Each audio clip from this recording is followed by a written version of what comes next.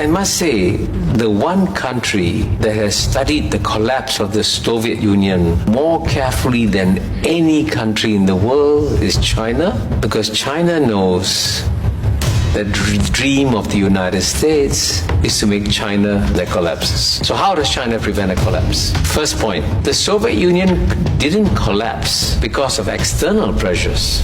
It collapsed because of internal weaknesses. And so China realizes, to make sure I survive, I must have a very strong, dynamic economy and a strong, dynamic society.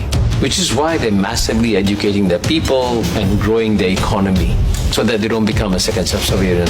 The second thing that the Chinese learned from the collapse of the Soviet Union was that the United States succeeded because it managed to get a lot of the neighbors of the Soviet Union to join the containment policy. Everywhere. Western Europe, Japan, South Korea, both ends of the Soviet Union. So what did the Chinese do? The Chinese launched a preemptive strike against a containment policy. I'll give you a simple example. Singapore is part of Southeast Asia, and we are part of an organization called ASEAN. And ASEAN started as a pro-American organization. In fact, when ASEAN was created on August 8, 1967, both the Soviet Union and China denounced the creation of ASEAN as a pro-American organization. And it's true, ASEAN was pro-American, pro-Western.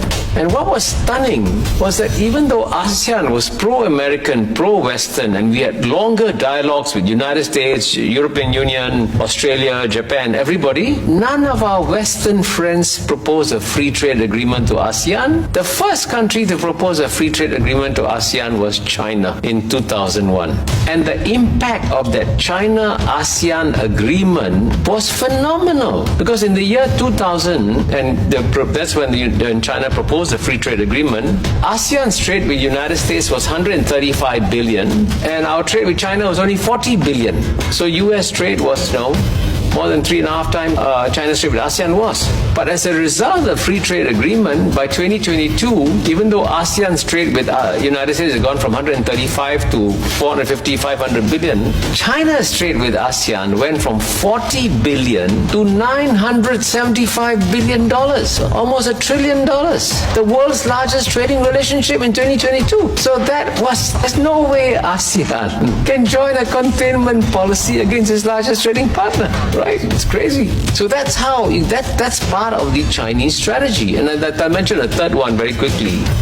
You take the Belt and Road Initiative that China has launched, building infrastructure in all corners of the world. What does that mean? Every country in the world says, oh, this infrastructure is good. I need Chinese fast trains, I need Chinese highways. And then would you join a containment policy? You won't. So it shows you that they have systematically worked out a grand strategy. But at the same time, I can tell you that the Chinese also have a lot of respect for the United States. They understand that United States as a power is a remarkable power. And so their challenge is, even with all this strategy, they cannot underestimate what the United States can eventually do.